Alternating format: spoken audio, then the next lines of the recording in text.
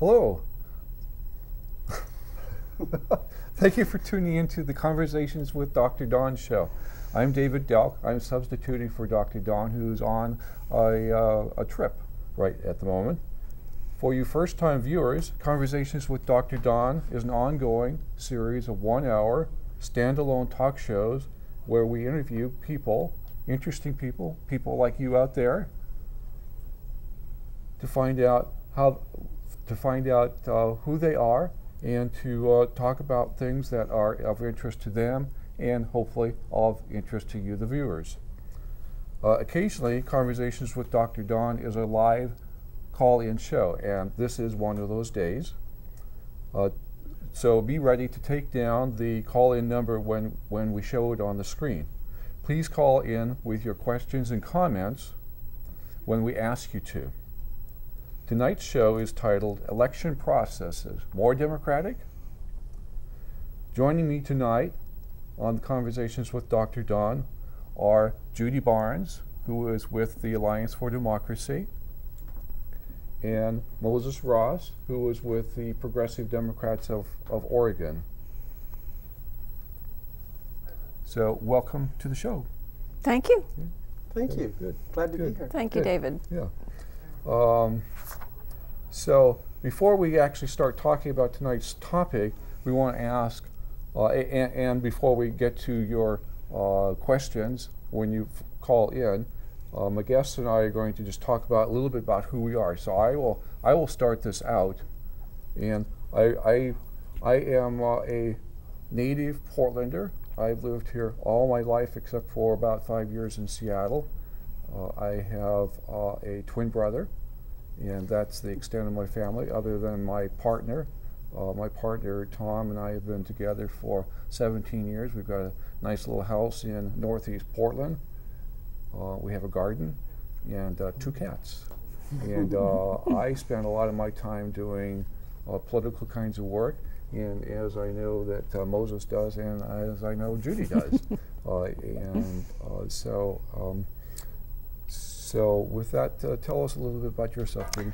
Well, I live in Portland. I live in Southeast, not that far from where you and Tom live.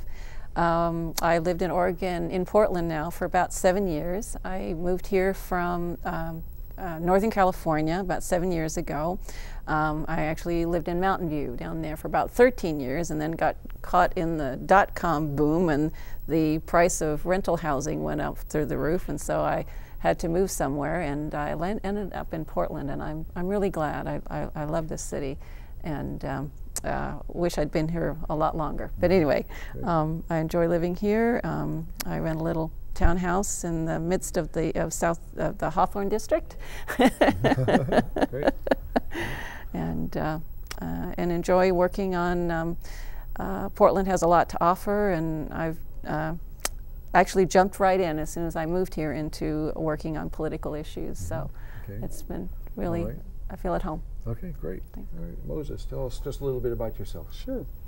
Well, my name is Moses Ross. In this role tonight, I'm the political coordinator for the for the Progressive Democrats of Oregon, the statewide chapter of the Progressive Democrats of America, which is an advocacy group that has an inside-outside strategy in trying to change the tone or the Democratic Party and focusing it more on progressive issues, and we can define that in a moment.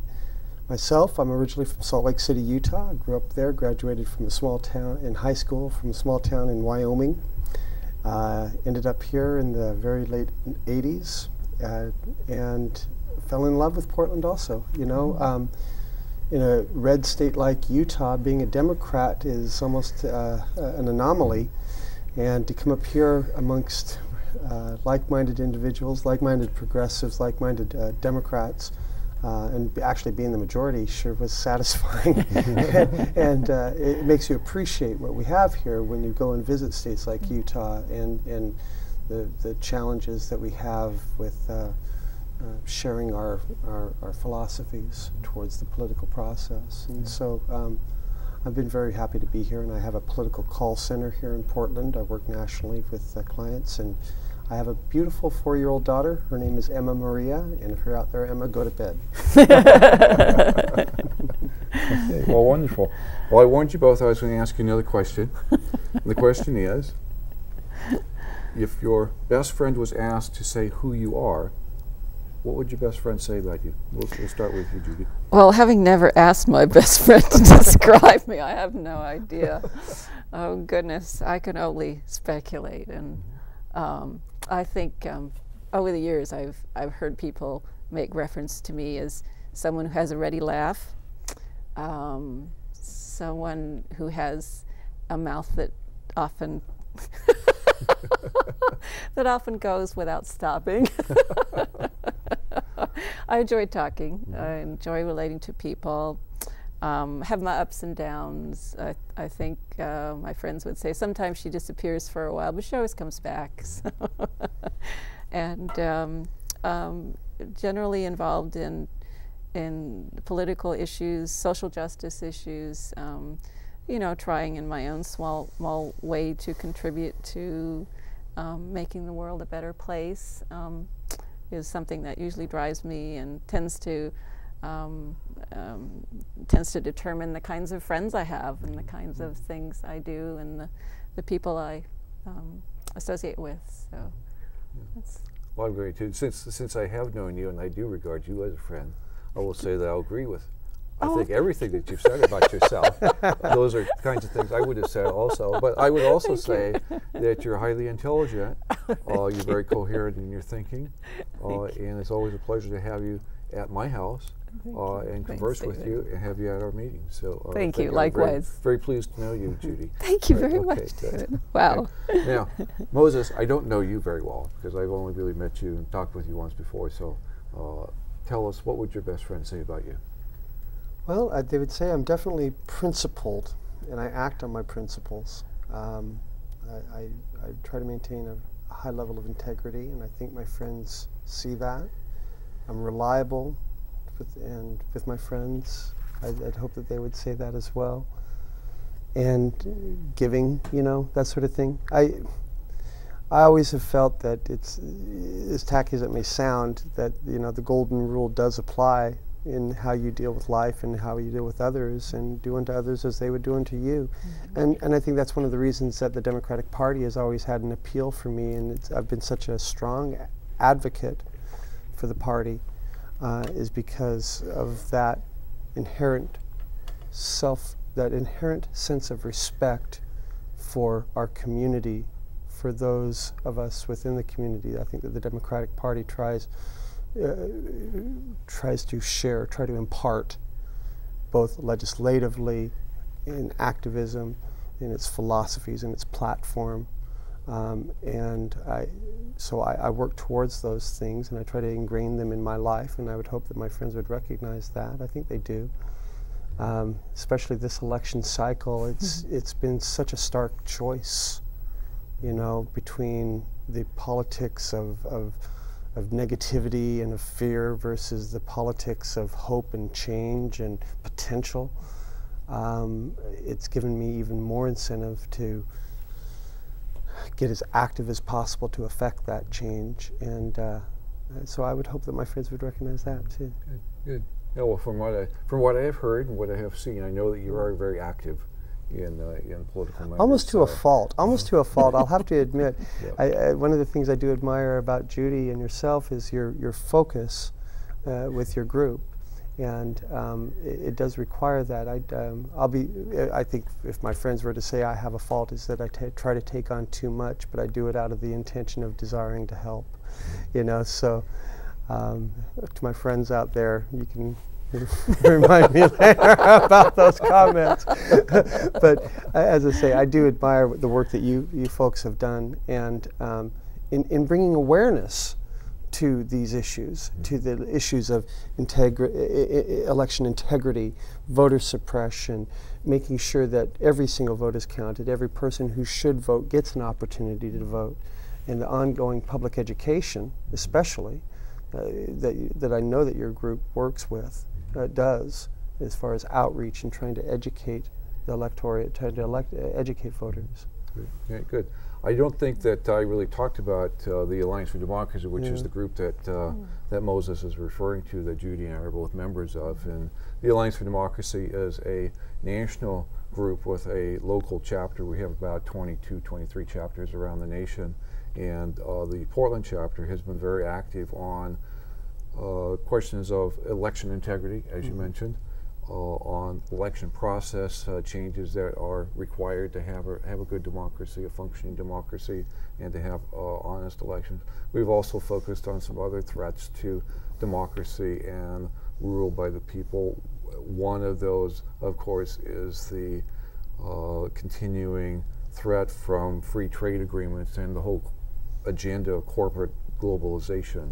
And so those have been our primary focuses, and we have spent a lot of time on doing public forums and outreach to people to educate and to hopefully persuade people.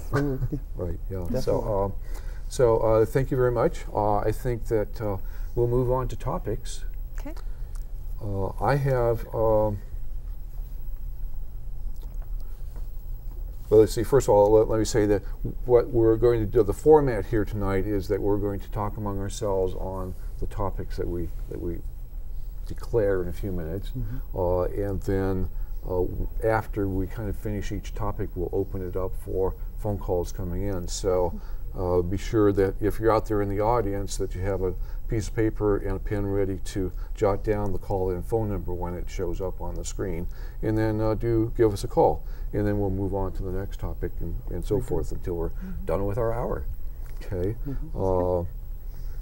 I did want to give a brief introduction to our discussion today. This is my opinion. I think that my two guests would probably agree with it, but they don't have to if they don't want to. We'll see. So here's my brief introduction. We frequently hear stuffed shirt politicians tell the world that the American mission is to spread democracy around the world. This is our unique responsibility because we are the world's greatest democracy. Many people feel that this mission is in fact not about democracy, but rather about spreading American domination. Be that as it may, let's take a look at the state of this, our greatest democracy. Some find it quite lacking. Many people would point to severe problems with our democracy. To list a few, the stranglehold the two-party system has on dissent in America, the presence of big money, special corporate interests in the vast majority of American elections. The Founding Fathers felt a free press was a major guarantee of democracy, yet our press is controlled and owned by 5 or 6 very, very large corporations which function to exclude dissenting voices, especially those challenging corporate privilege. The current system requires us to settle for the least worst candidate in many cases. The current system elects candidates without a majority of the vote. Votes are recorded on paperless electronic voting machines. Audits of election results are insufficient to guarantee confidence in the results. The highest elected official is not elected by a direct vote of the people. Instead, we use the electoral college system, and that system causes presidential candidates to only run in so-called swing states and to ignore the rest of the nation. We should note that the United States has one of the lowest voting rates among the world's democracies and one of the lowest rates of voter registration. People in America seem resigned to politics and policies as usual.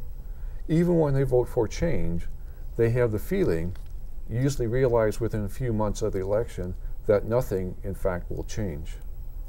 Both major parties remain and likely will remain aligned with their corporate sponsors.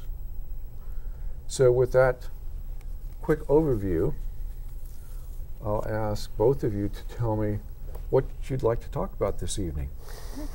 So, Judy? Okay. Actually, you know what? I'm going to defer to Judy. Yeah, Judy. Oh, fine. I'd like to.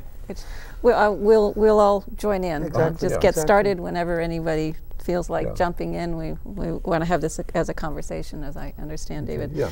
I'll just pick up on. I agree with a lot of things that you said there. Let me ask. Do you have a couple of topics, just Yeah, shortly actually, topics that you want to focus actually, on? there are a couple of. I agree that we have a democracy here that doesn't always function as well as it should, and we have a gift here in our democracy, but. Compared to many democracies, we certainly aren't the most perfect democracy on this planet, and because of that, there are some things we can do to make it better. And what I'd like to focus on, as we talk, is a couple of specific reforms which can make our democracy work better. Okay. Okay. Can you tell me what those are? Sure. Okay. By way of introduction, I'd just like to lay out the idea that. Democracy of the people, by the people, and for the people, demos, meaning democracy, is merely one of the best, is merely a tool. I mean, it is in itself a tool that we use to govern ourselves as equal human beings, realizing that we all are capable of coming to decisions about the kind of society we want to build and have, and who it should benefit.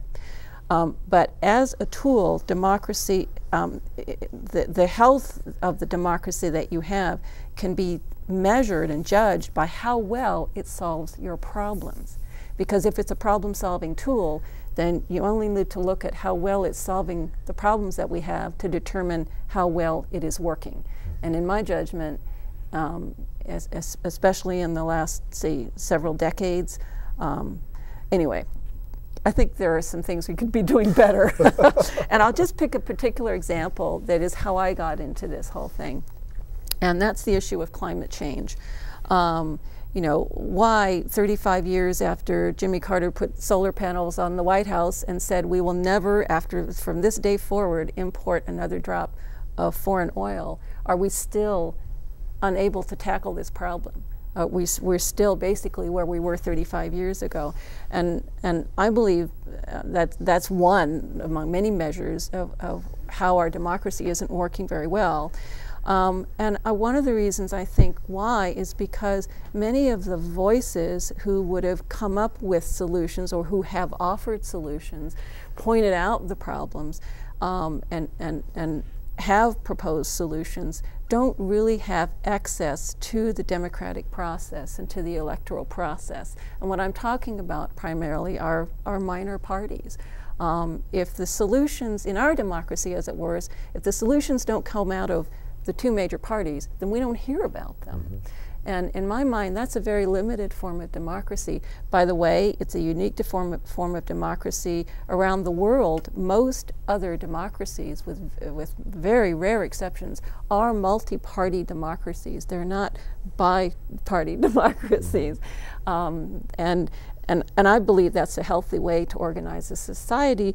The parties really, to me, are a reflection of people who organize together because they share values, they share a position on an issue, they share a desire to solve a problem. And so they focus on that, or it may be several, or it may be a collection of problems. But it allows people, that's how people normally work. Look at the groups you belong to. It's because you have an interest in something with other people. It's the natural way that people organize themselves, and it can be very effective at solving problems. So but we stymie that. Yeah, it would seem that our democracy has decided that we only have two sets of problems. And two sets of problem solvers. Two sets of problem solvers, right, yes, right, yeah. And if your solutions don't match with their ideas, then they're solutions that we don't consider.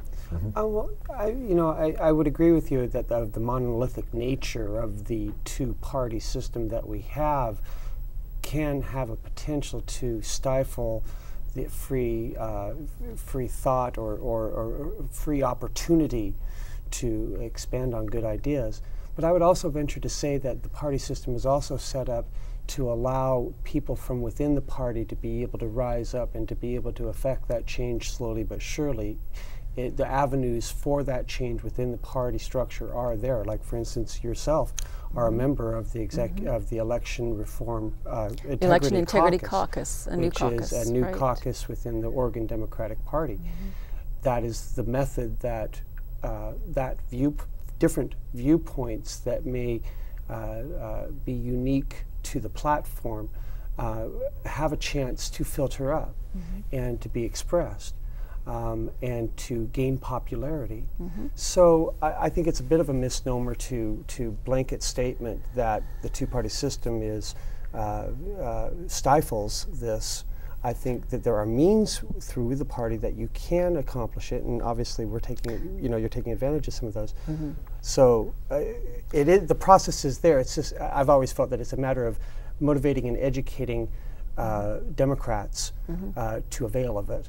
I agree. I agree with you to an extent, and of course, as you said, I'm an example of trying to do of trying to work within the Democratic Party. I think what puts a lot of people off is, though, if you don't agree with the collection of ideas and solutions and values of either of the major parties, if you have major differences with them, there is nowhere for you to go and still play a meaningful role in the political process. You have to swallow your discontent and try to work within that system. And when you have only two parties, you have very big bureaucracies. And I think sometimes the best ideas, well, I make the analogy with the economic system that we supposedly think is one of the best, and that's a free, open marketplace. Competition. Allow for as many flowers to bloom, as many ideas to pop up so that we have choice. And if you believe in a free and open marketplace in an economy, and that's a whole other topic we could get into, but if it is in its ideal sense a good model, why not apply that same model to politics? And I believe multi-party democracies do a better job at that than we do here. And some of the problems we have are because we limit really the political process to two. I'm not saying they're totally ineffectual. They do eventually come to things, but one of the things that disturbs me about it is that things have to get so bad before there can be any change, because we have these two monolithic parties, whereas if you had other voices in the political process pointing out some of these things where people could go, it would pressure the major parties to pay attention to things before they get so out of hand. Well, and what's really nice about here in the state of Oregon too is that we do have a history of third-party success, formation and success, and I think there are opportunities nationally, state by state, for third parties and examples of third parties that have gone in and made a difference. I think my personal opinion is that the third parties tend to be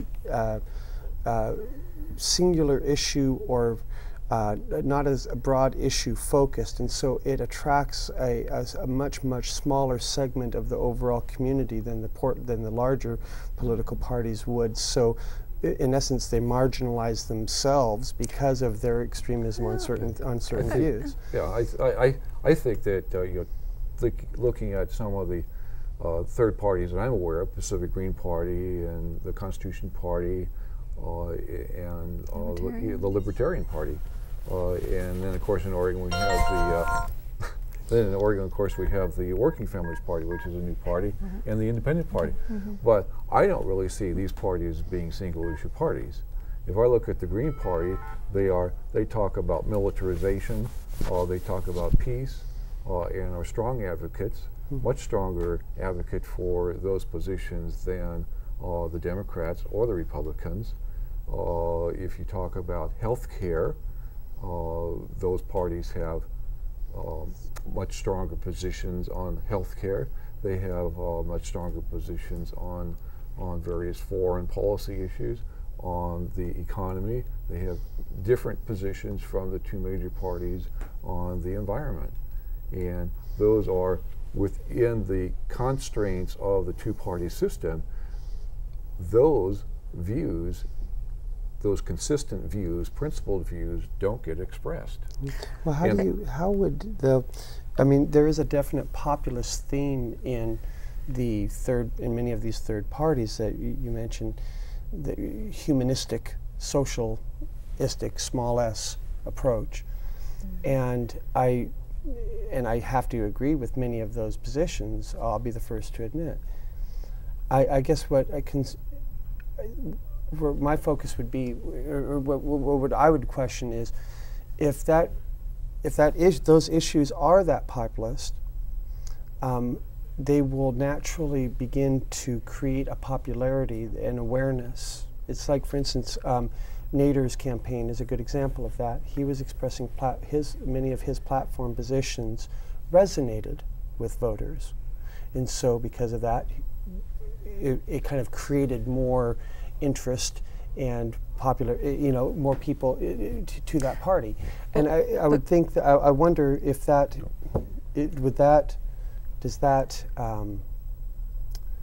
would you feel that would is a positive? I mean, would you agree with me that kind of a broader view appeal to voters will help to increase the membership of those third parties? I'm going to break in because it is time for a break. Okay. so it is time for a break. We'll be just for a few minutes, and then we'll come back and we'll continue this conversation. We are going to put up several panels on the screen while we're breaking, and there may be some things there that you want to make a note about. So please, in the next moment or so, grab a piece of paper and some paper, and you might want to make some notes on these things. One, the broadcast schedule for you viewers who live in Washington County, part of Portland metro area.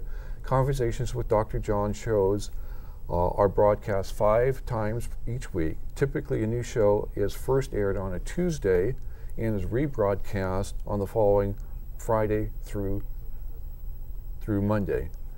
If you are interested in watching this show on the internet, tell your friends or yourself that you can do so anytime by going to video.google.com and entering Conversations with Dr. Don. This show is a live call-in show, and we will get that number up real soon when we come back. And these live call-in shows are done actually every month, where there's a 5th Thursday. The other panel that you'll see in just a moment will contain key Washington, D.C. phone numbers. If at any time during this show your thoughts cross your mind that you'd like to contact the people in Washington, D.C. who supposedly work for us, the citizens, you can take down the phone numbers that will be on the screen and give them a call later. Call Washington and tell them what you want. Say maybe fund solar and wind power development, for instance, or you can tell them what you don't want. For instance, don't build more nuclear plants, don't bomb Iran, so on. Most of them really do want to hear from you. We're now going to put those numbers on the screen, and we'll be back in a few minutes.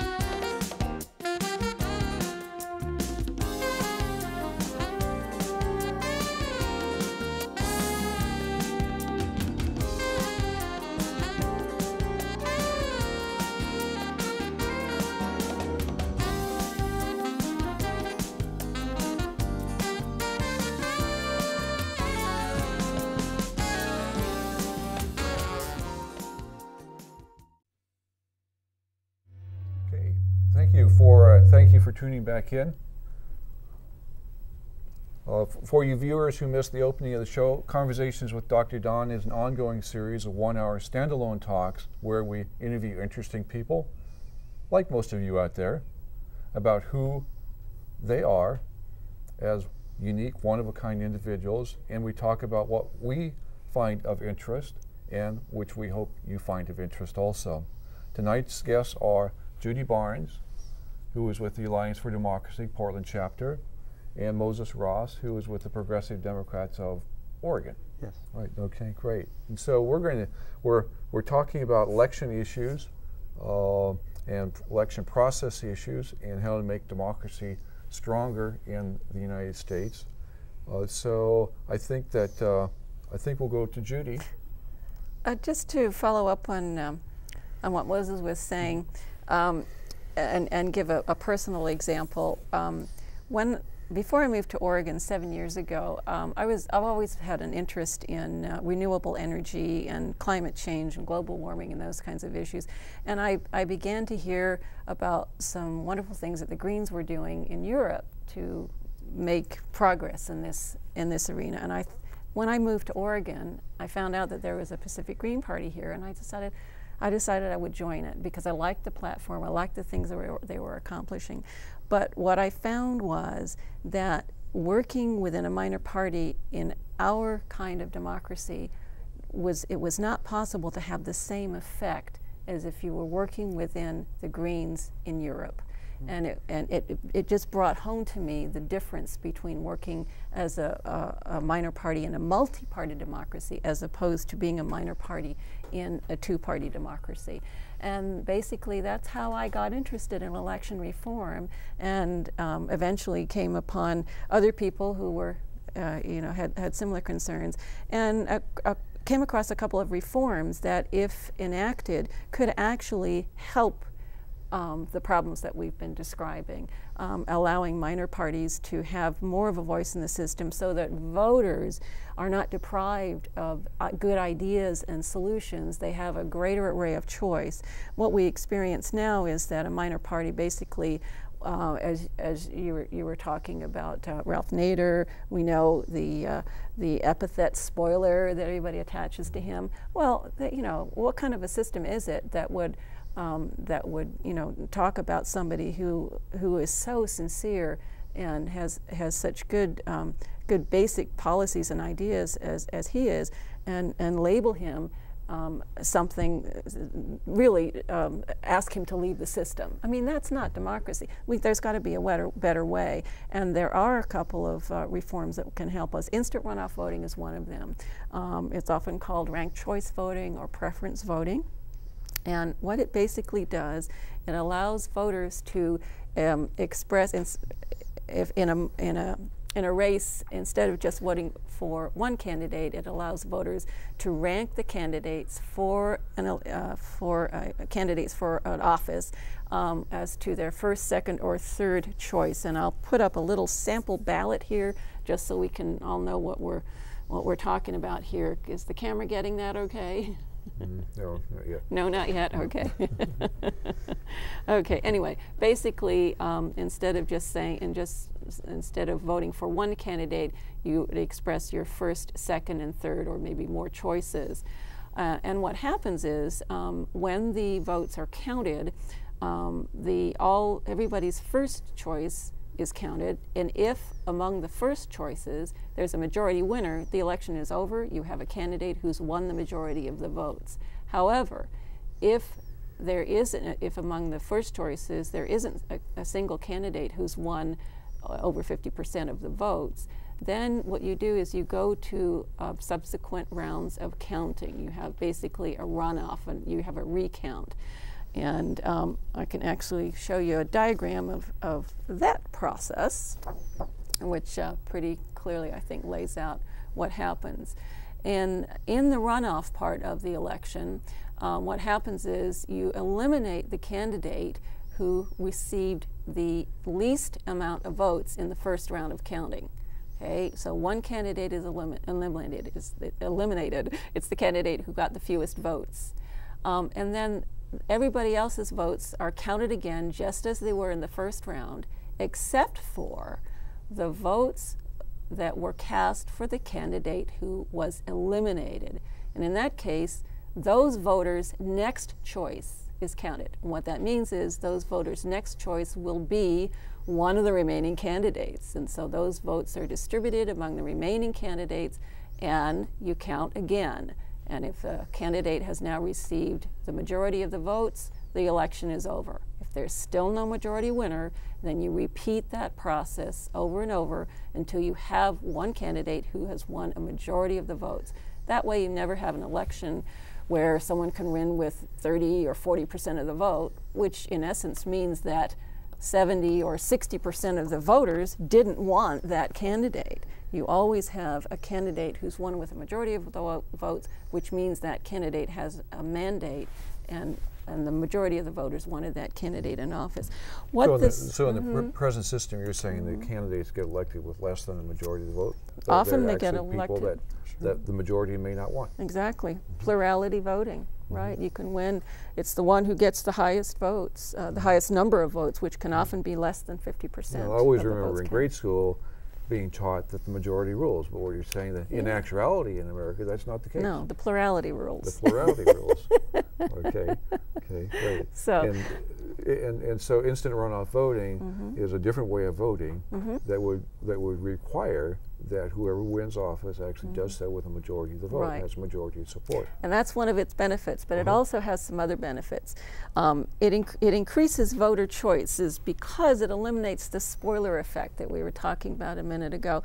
If you know that you can cast a vote for the candidate who really reflects your values and your views and is taking the positions on issues that you would, but you think if you can vote for that person but not be afraid that by doing so you're going to elect the candidate who you least like, who you least agree with, then it frees up not only voters to cast to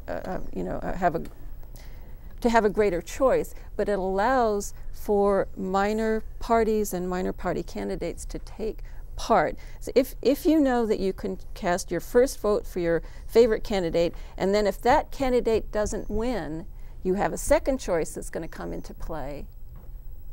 You see how that works. It allows for you to really vote. Right now, I'm not free to vote for a minor party candidate because at least I don't feel that I am, because the consequence of doing so is to take votes from the candidate who's most like the one I like, and that then helps the candidate I least like. And whether you're on the right side of the spectrum or the left side of the spectrum, this is a nonpartisan issue. And we can point to examples of where, many people think that Ross Perot stole the election and got Bill Clinton elected, and other people think that Nader stole the election and got Bush elected. It's all just an artifact of the kind of democracy we practice here. I'm going to stop you. Sure. And if we can put the phone number up for people to call in, we certainly want to invite comments. I am getting so engaged with what you're talking about that I'm forgetting that we are trying to engage the audience. Yes. So if we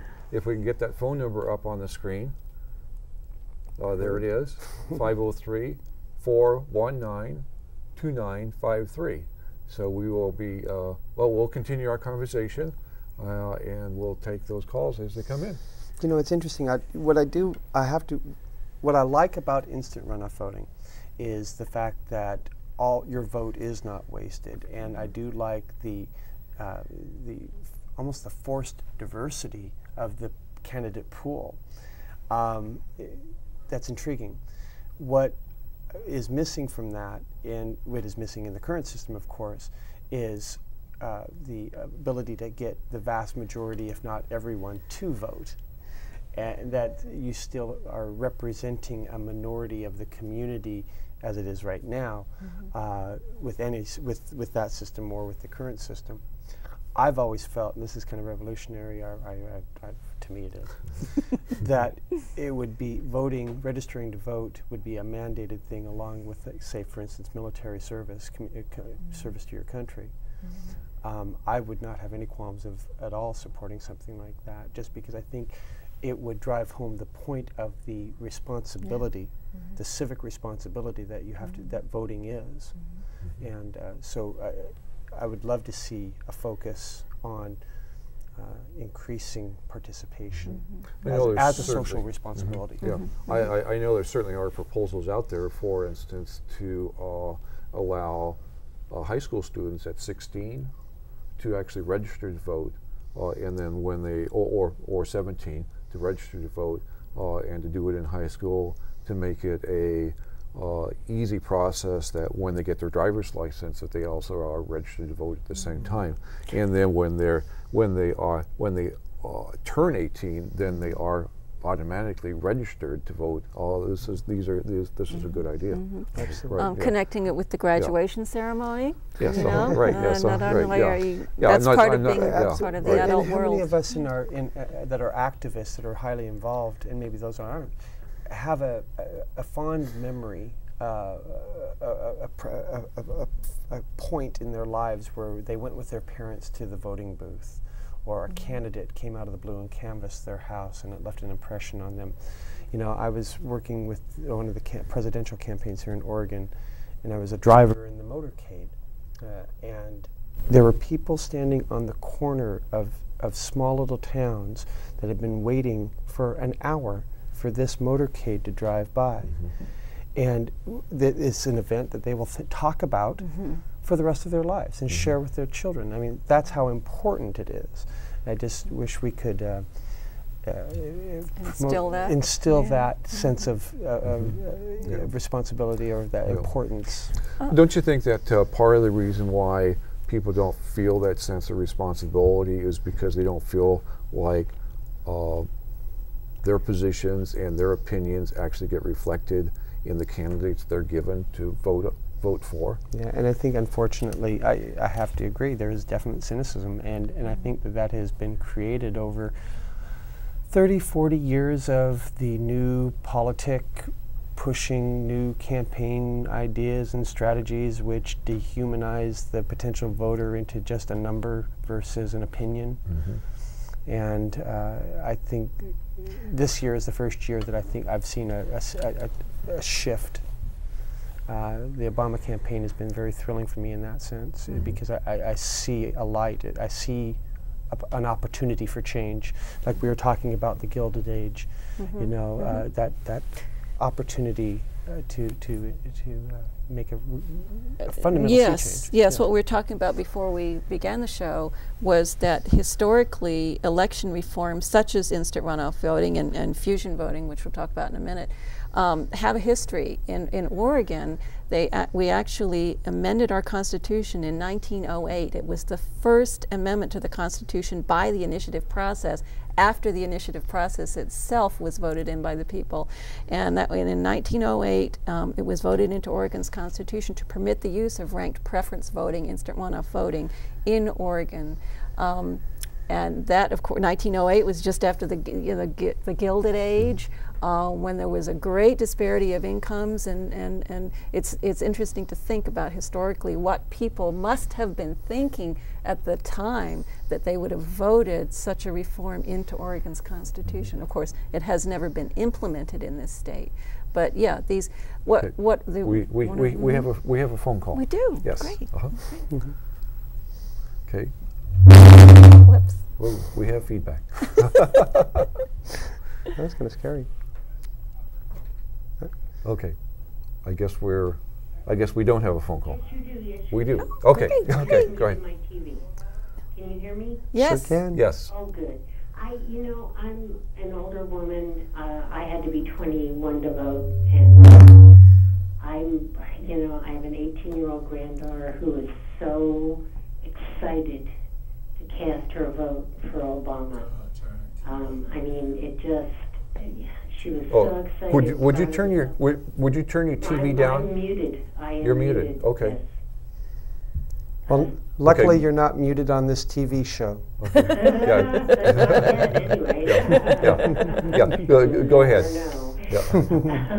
I'm sure I'm on a list somewhere. I'm so disheartened by all of the negativity that I see. I mean, the first time I voted for George McGovern. Okay, I was a lifelong Democrat. Me too. I wish that we could see who these candidates are surrounding themselves with. I'd like to see their cabinets announced before we cast our votes. Because when I hear things like Brzezinski, it scares me, okay? That frightens me about Senator Obama. I'm also very disheartened when I hear about this racial stuff that comes out, like just in the news today about those Aryans plotting to assassinate him and take out 102 black students. I mean, I've never seen an election like this. I've never, ever in all my years seen anything like this. I also heard an interesting thing, that the Secret Service turned off the metal detectors for the last hour while people were waiting in line in Dallas to see him. So I just am really fearful that we're going along like, yeah, there's reform needed, and no one's even looked at the machines this whole 8 years, and all of a sudden now we're hearing back about the machines and stolen votes, and it appalls me that it's been a dead issue. I just am very fearful about what is going to occur, because whoever takes the presidency will not be the president until January 20th at noon. And I'm terrified. I am really terrified for this country. And I don't think that we need to go along like it's business as usual. We are in a different world, and it makes me very sad. Great. Well, thank you. Thank you very much for calling in. Thank you. Yeah. Do either of you want to respond? I'd love to say something about that. You know, her fear, the fear is well grounded, but as someone that has worked within the presidential campaigns, the Secret Service know what they're doing, and they do an amazing job. And I can assure you that the safety of Hillary, whom I worked for, and for Senator Obama, is the best. And another point that I want to make is I do find it interesting in a very ironic way that the people that were planning on assassinating Barack Obama and those students were inside of our country, and they were, you know, American skinheads. They were not terrorists. They were not Arabic. They were not Muslim. And so that whole meme of the terrorism stereotypes, it's, you know, we have seen the enemy, and it is us. You know, it's us having to confront our own racial prejudices and our own social prejudices, and I think that's why this Obama campaign for me has been, and also the Hillary campaign has been so exciting, because we are breaking ground slowly but surely. We're at a point where we can have serious discussions about reforming the voting, the way that people vote, so that everyone is fully represented. I agree, and I heard part of Obama's speech just the other day, and I was really caught by something he added right at the end, that he wants to open up our democracy, transparency, so that people can participate. He says he wants to open up our democracy so we can all see what's going on and take a hand in it, and that is so revolutionary. Absolutely. Yeah. We only have a few more minutes, okay? And I had hoped that we would talk about a lot of other topics, and we've only really hit on the instant runoff voting. Okay. So I don't think we really have time to go on to another topic. I know you wanted to talk about fusion voting, but I wondered if instead of doing that, you could describe efforts to bring instant runoff voting to Oregon. Sure. I'll just sum up with, I mentioned that this and fusion voting, which is just another way that, another method of allowing minor parties to have leverage over major parties so we can move issues and to bring about issue-based elections, reduce negative campaigning, focus on collaboration between candidates and parties. All of those things can be brought about. There are a couple of bills that are going to be coming up. The current current status of issues like that is that in the 2009 session in Salem, there will be bills introduced both to allow the use of instant runoff voting in cities and counties and metropolitan districts in Oregon, and to instruct the Secretary of State to come up with guidelines that can be followed so that you can run an election using preference voting. And there will also be a bill that would allow for the use of fusion voting in statewide elections in Oregon. Again, another reform. And fusion voting allows a candidate to be endorsed by more than one political party. Exactly. Okay. A single candidate can appear on more than one ballot line representing more than one party. So, for instance, the Libertarian Party could nominate, say, the Republican candidate, have them on their line, and the Republican would appear on the Republican line and on the Libertarian line, or any other combination you might think of. The Greens might decide to allow. And that way, the major party candidate sees how many votes he's getting from that minor party.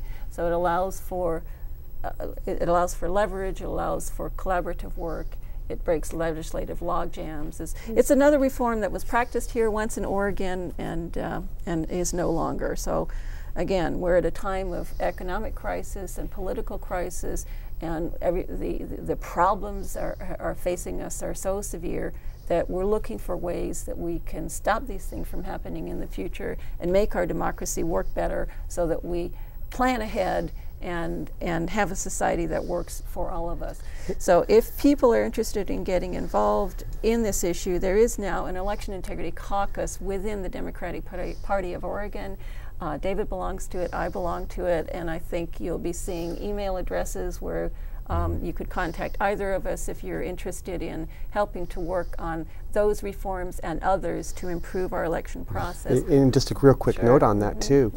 If a person gets involved, if a Democrat, a registered Democrat, becomes a member of the Election Integrity Caucus within the Democratic Party of Oregon, that gives you an opportunity to go and lobby your legislators to promote these types of new voting, this new legislation, the new reforms. So it's a great way to leverage the power of the caucus within the party to effective change in the party. Okay, we are out of time. Right, we are out of time. I will say that you do not need to be a Democrat to be involved with this process. Right. With instant runoff voting, it's a very nonpartisan issue. If you go to the Alliance for Democracy website, our website address is www.afd-pdx.org. You'll find an instant runoff voting button there. Push it. You get all the information about our campaign, how to join us, contact information to contact either Judy or myself. And we welcome everyone of any political stripe to help us with that. So now, we are just about out of time. Again, keep those pens and pencils handy because you may want to jot down something we'll show you in the closing credits. Thank you very much for watching. We invite your feedback, both positive and negative.